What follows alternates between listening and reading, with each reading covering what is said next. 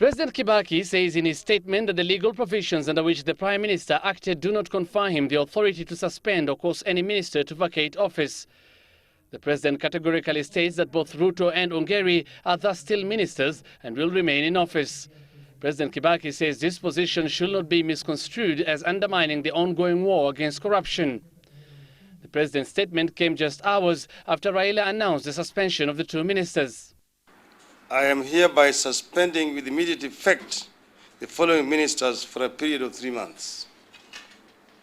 1. Honorable William Ruto, Minister for Agriculture. 2. Honorable Samuel Ongeri, Minister for Education. The two ministers have come under pressure over cases of alleged impropriety at their respective ministries. Professor Ongeri has had a hard time lately over the embezzlement of over 100 million shillings from the free primary education funds, while Ruto is accused of presiding over what has come to be known as the maize scandal.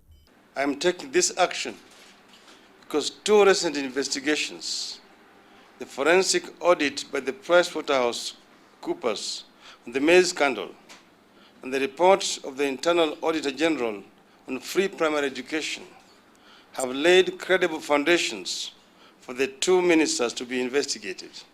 In justifying his action, the Premier sought refuge in the law. In exercise of the authority vested in the Prime Minister, with the provisions of Section 15A of the Constitution and Section 4.1 of the National Accord and Reconciliation Act, which confer on me also the authority to supervise the execution of the functions and affairs of the government. The Premier also claimed that he had consulted widely and that his coalition partner, President Mwai Kibaki, was in tandem with his decision. Requisite consultations have been carried out within the government. So this is a government decision.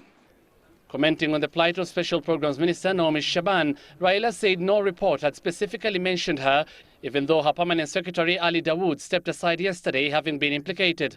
Raila's move came after 8 other senior government officials, including 4 permanent secretaries, stepped aside to pave way for investigations. Hussein Mohammed, Sunday Live.